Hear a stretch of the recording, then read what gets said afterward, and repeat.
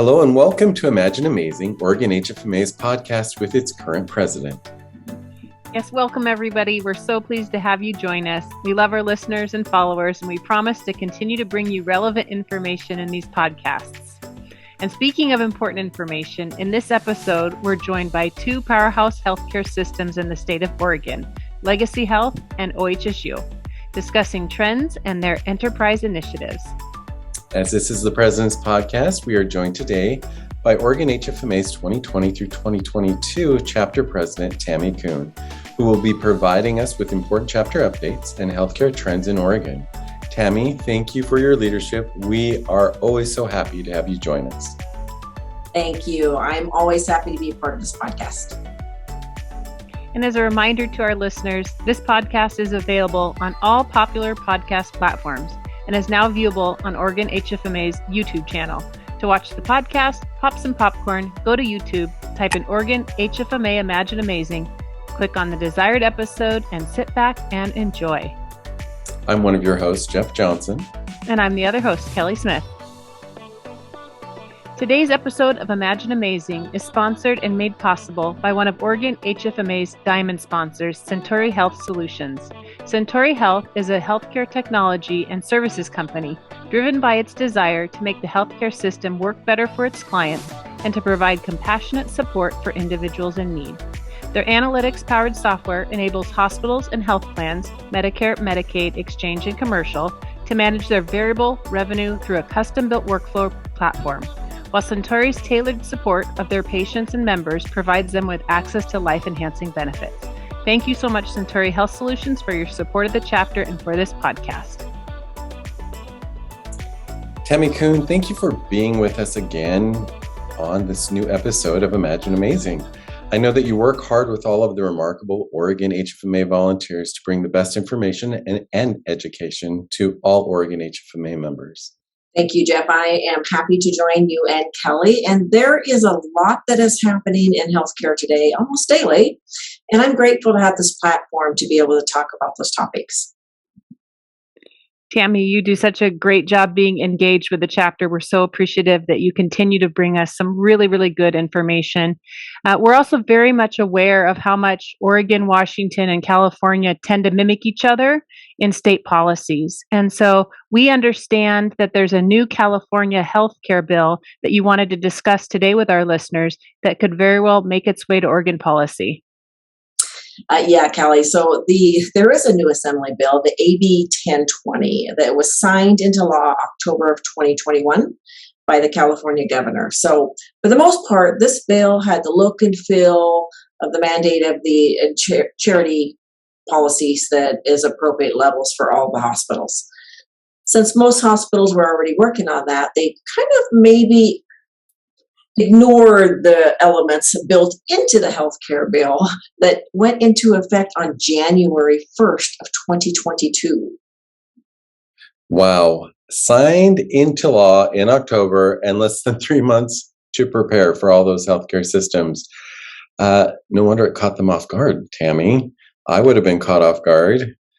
What are some of the extra elements that you refer to that are built into this bill? Yeah, great question, Jeff. So first, I am not an expert on this bill, and I am not providing legal counsel. However, there are some bigger highlights of this bill that I think is notable that we want to mention. So for the hospitals, it raises the charity care eligibility to 400% of the federal poverty level. Well, a lot of hospitals are doing that now. It revised the charity care policy, prominently displayed on the hospital's website or link and full policy. Again, a lot of hospitals are doing that. It also provided a written notice of the charity care policies within the organization to help the patient understand the payment and billing process, and for the patient to be mailed within 72 hours of discharge. Again, a lot of hospitals are doing that. It also adds some conditions and limitations for the sell if you're going to sell your debt to some debt buyers. What it also covered, which is what I think got missed, was it requires a hospital to send a notice to a patient before assigning the bill to collections, which has to contain the following: the date or dates of service that were being assigned for collections, the name of the entity of who you're assigning that debt to, so your bad debt vendor, statement informing the patient of how to obtain an itemized hospital bill from the hospital, the name and plan type of the health coverage of the patient on record with the hospital at the time of services, or the statement that the hospital does not have that information. Also an application for the charity policy, and the date or the dates the patient was originally sent a notice for applying for financial assistance, the date or dates the patient was sent an application, and the date the decision on the application was made. Also, a hospital nor a debt collector or a debt buyer can report to the credit bureaus for up to 120 or 180 days for the initial billing. So, Tammy, just a quick question for you. So you're saying that they have to send a charity care application even though they know that person most likely will not qualify for charity? Yes. Interesting. No wonder they're freaking out, right? Well, and that's part of it. So here's the other piece for the your bad debt vendors. So they may not attempt to collect unless that notice requirement from the hospital is sent prior to assigning to collections and is included along with the debt collector's initial written notice to the patient. Wait, they have to duplicate the same statement that was just sent out by the hospital? Yes, they do. Oh, interesting. And they must include a statement of its first written communication to the collector that the report to the credit bureaus or file a lawsuit within 180 days the patient was initially billed for the hospital services. So if you're your debt agency typically can file liens, you're going to have to watch that. There's new requirements that suits on a hospital, again, have to have copies of the financial assistance paperwork provided by the patient, by the hospital, must be attached to the complaint, so that's really new. And information from the hospital's required notice before signing to a debt collections must also be included in the debt collector's complaint. There's a lot to this bill that kind of got overmissed.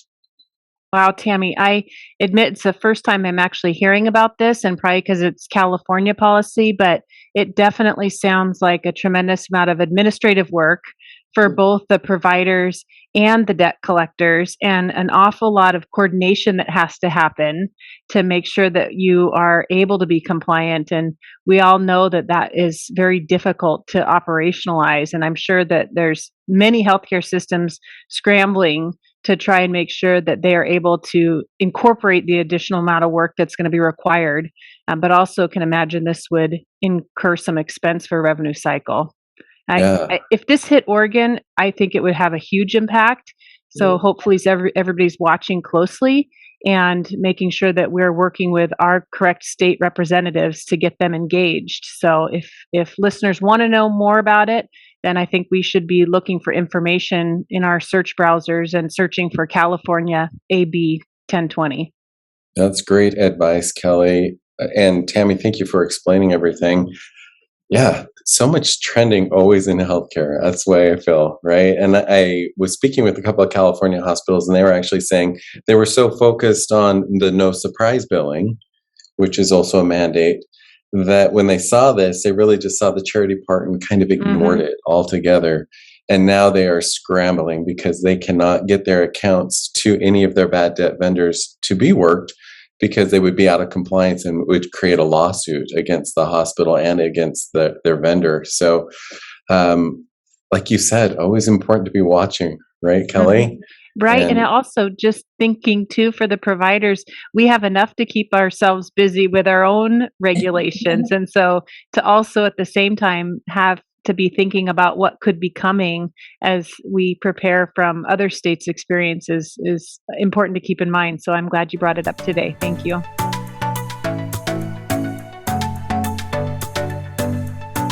Yeah. Speaking of those updates, Tammy, you invited some very special guests to join us on this podcast. Would you please take a moment to introduce the guests and share with our listeners the focus of the remainder of this podcast?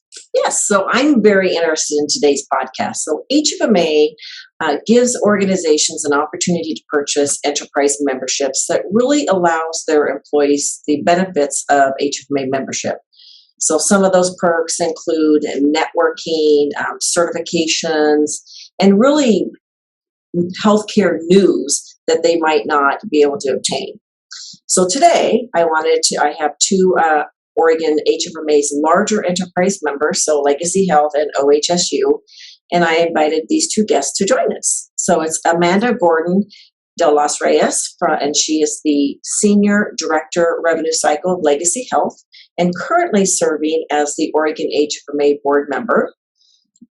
I heard maybe she's going to have a different role next year, so you might have to stay tuned with us to see what that role is. And Tammy Bickle, who is the Director of Revenue Cycle of OHSU UMG and currently serving as our co-chair for Oregon HFMA's membership committee. Welcome, guys. Yes, welcome, Amanda and Tammy. Will you please take a moment to tell us a little bit about yourselves? Hi, Kelly, and thanks for having me today. So I'm Amanda Gordon, and I'm a Senior Revenue Cycle Director at Legacy Health, and wanted to tell you something interesting about myself. So the first summer of COVID, my family and I bought a boat, and I have taken up wakeboarding. So that's been a little bit interesting, but very fun. Very cool. Very brave of you, I say. Hi, I'm Tammy Bickle. I'm thankful to be here as well.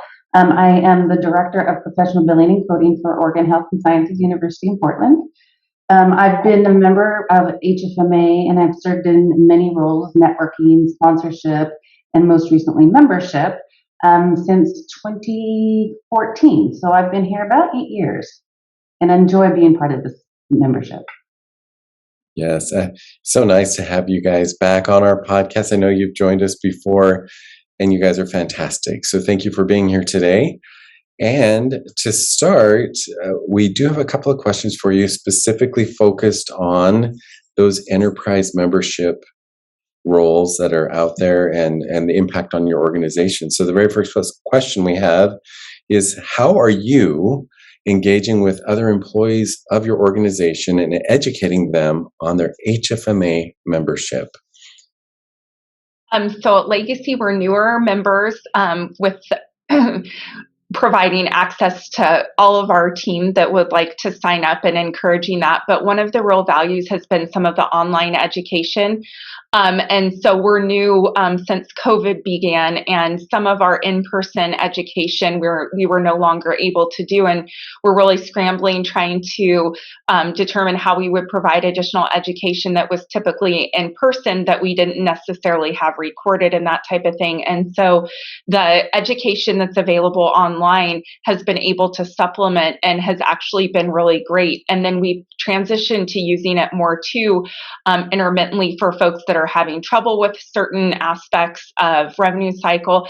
And it's been really great. And the team has actually really liked it. And even when we can go back to in person, I think we're going to have some hybrid. And we can also leverage it, when somebody might be struggling a little bit more. So far it's provided a tremendous value for us. And especially as we do more and more in person, hoping to have the team back and being able to engage and network with everyone else. Very cool. So at OHSU, it's actually part of an onboarding process for our new employees. So it's as part of their first week to-dos, they are given a handout that explains how to sign up for their enterprise membership, along with a little guide of some of the offerings that HFMA has to offer for education. I'll be honest, this is our going on 4th year of enterprise membership, and it took me about 2 years to really understand the wealth of education that HFMA really has to offer. And so just kind of providing them some guidance to what courses might be best for them. We also encourage them as part of their annual performance evaluations that they also take some of those courses as part of their goals. Smart. Yeah, great information. And I can appreciate that for many employees, they have certain requirements for obtaining CEU credits and have not been able to do that. So the remote option is certainly a wonderful way to offer many people option for education and credit. So that is very good, Amanda. Glad that your staff are able to take advantage of that. So very good. And that'll be ongoing. As both of you, I have another question for you. As both of you think about future topics for HFMA and for the Oregon chapter, are there any topics in particular that you think would be really beneficial for your enterprise membership? So I really like the educational pieces that are already there, learning more about kind of some basics, but maybe a little bit more advanced training would be helpful. There is already some out there, but I like that.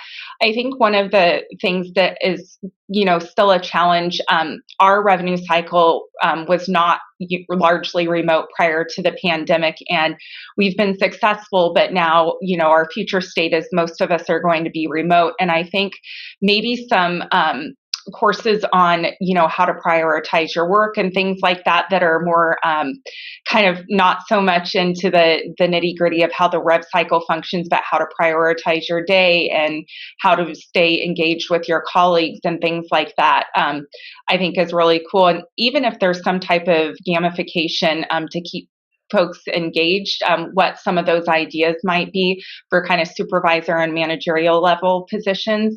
But I really think that the education already is very robust, and I think it's great.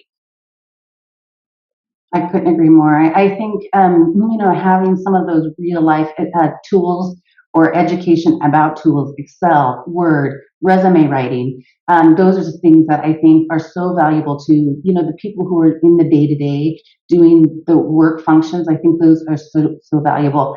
I do think the Oregon HFMA chapter does a great job bringing in relevant education sessions, timely, most notably, the biggie, the No Surprise Billing Act.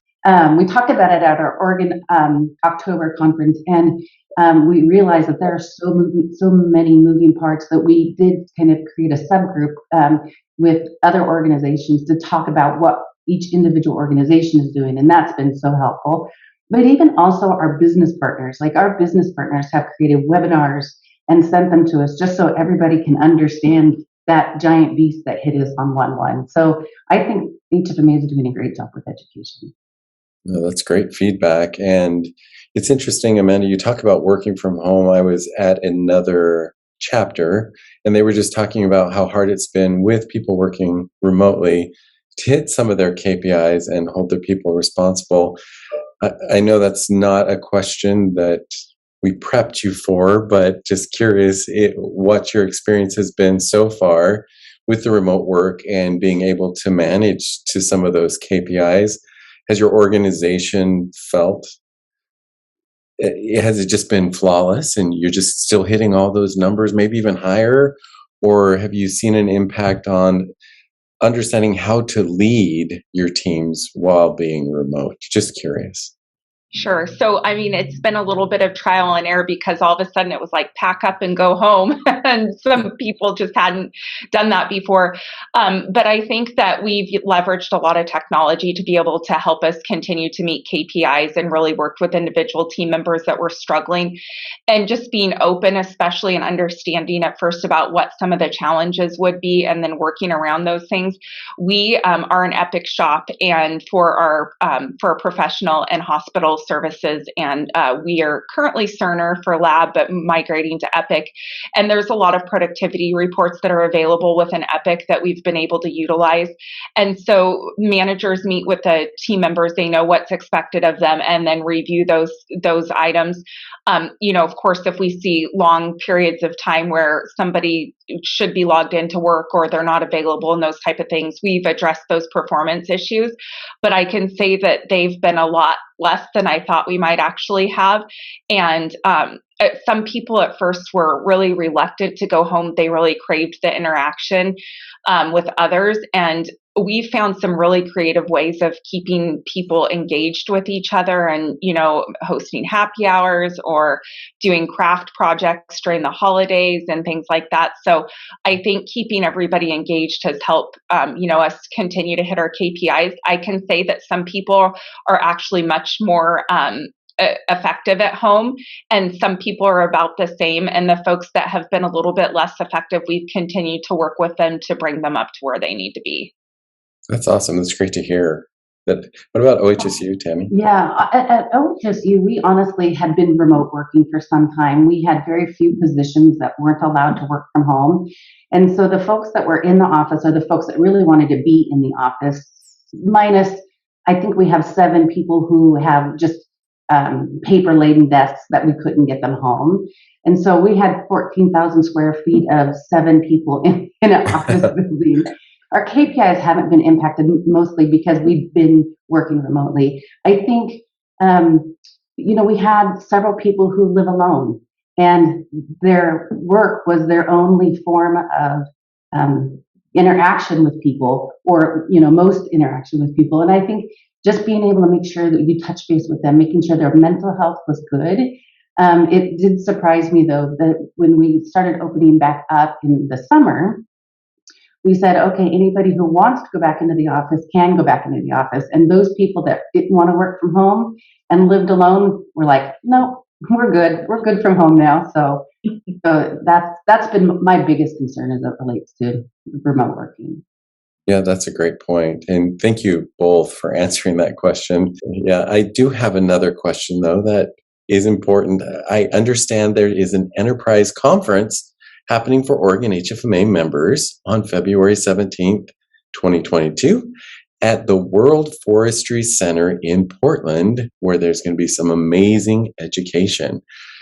What are you doing to encourage attendance to these special events hosted by the Oregon HFMA chapter? And part 2 of that question, would you like to combine certification in the future with those types of enterprise conferences? So at OHSU, specifically for the February conference, we are encouraging people to attend in person. I think we've had fewer than expected really jump at the chance just because of the ever-changing COVID temperature, but we are definitely encouraging them to attend. I think the content that we have with such a great speaker, Libby, I think that's going to really be very relevant to these individuals. And so we're offering up to 25% of each team can go in person.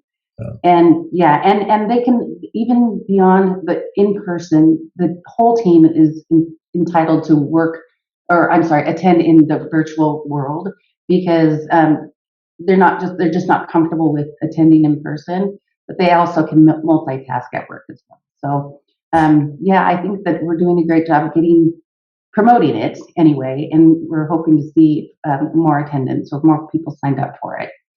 And I think certification is a great thing to add in addition. But there are some new exams, and I agree with you. Yeah, they're very interesting and great for a career. I mean, I don't know how many people understand how that really can skyrocket you into the next level of your career just by doing some of these certifications. I think. Well, some exciting news is Oregon in March or April will be holding a CRCR boot camp for anyone to get certified, and it is going to be virtual. So if you want to get that out to your enterprise members, it's a great way to get that certification. Nice, Tammy. Awesome. So Amanda, same questions for you. So yeah, we definitely want people to be able to attend however they feel comfortable, kind of the same as Tammy. But we're just wanting to let them know about what the speaker, Libby, who I've been fortunate enough to hear before, so been able to share a little bit of that information. And then just making sure that, we allow for plenty of people to attend. We have not set, a certain percentage or anything like that, but trying to make sure that we offer it to the the folks that want to attend and have flexible work weeks that week. So that's what we're doing. And I like the idea too, definitely, of combining the certification and really like the boot camp idea. I did the CRCR on my own, and it would have been great if there would have been other folks to join me.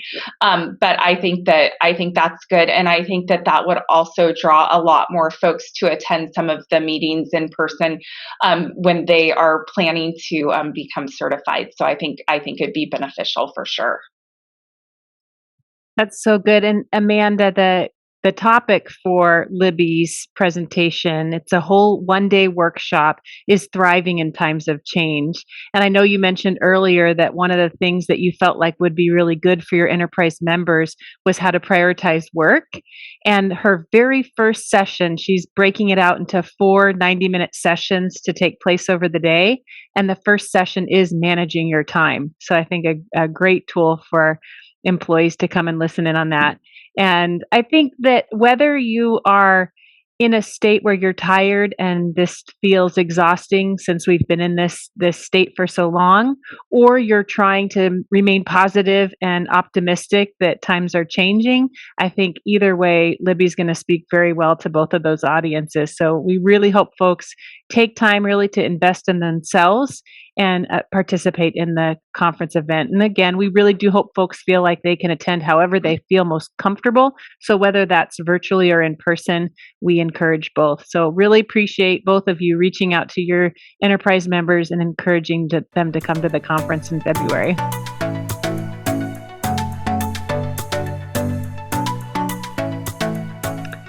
And another thing I'm just kind of curious about is we know that when you think about both of your organizations, you're very diverse from the front end workers to the back end call centers. What group of employees do you feel really would benefit the most from attending an enterprise event? Do you think it's patient access, accounting, rev cycle, everybody? What groups do you think really have the most to gain out of attending? Well, honestly, if we have events such as the February one with Libby, where the content is really relevant, I think all of those groups should attend. I think that they're all the content is very valuable and relevant to everyone. So I think all of those people should attend. We think so too. Yes, we do. Yeah. Amanda, how about you? No, I agree. I think that it's relevant for everybody. I think about all the relationships that I have with everybody that were created through HFMA. I mean, everybody here on the webcast, as well as everyone else from HFMA, and we've created friendships. But you always have somebody you can call if you're struggling with with something. For example, the NSA that Tammy was talking about, and we have our weekly meeting. It's been fantastic, but everybody wants to help everyone, and I think that that's just great. But I've gained so much knowledge and friendships that I can't stress how important I think it is to come, and it's really valuable in person, especially some of the team building kind of things that we've done, networking have been really fun. But I encourage anybody who can to attend, and I think you'll get a lot more out of it than you probably thought you would. That's awesome. That's a great answer, Amanda. It really is a great answer from both of you. Thank you so much.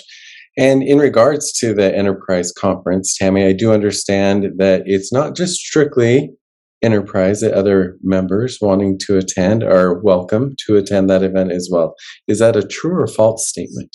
That is true. So we opened it up to Enterprise first because we did want to cater to our Enterprise members. But we will open it up to all of the members after a short period of time. So I believe probably in another couple of weeks we'll open it up for other members because they are great sessions. And if you haven't listened to Libby, you don't want to miss her. No, that's so good. And as Kelly had mentioned before, it sounds like this will be both in person and virtual, or it will be, doesn't sound like it will be in person and virtual. So there's plenty of opportunities for our listeners who are listening to reach out and register and get involved. And to both of you, Amanda and Tammy, thank you again for joining us today. Your feedback is so valuable. And I was just thinking, how tough it is to really understand what your enterprise membership is. If you just join an organization and they say, hey, here's a membership to something cool. And your explanations help tremendously today to paint a better picture of the value that this brings. And so thank you. Appreciate having you here today. Thank you for being on the podcast. It's always fascinating to hear how the chapter can continue to support you guys and make sure that we're bringing the education that you want your employees to receive. So great to hear all this, and we'll work as a chapter level to continue to provide ongoing education for you guys. And really good to see both of you again. Thanks so much for joining. We loved having you. So thank you very much for your input today.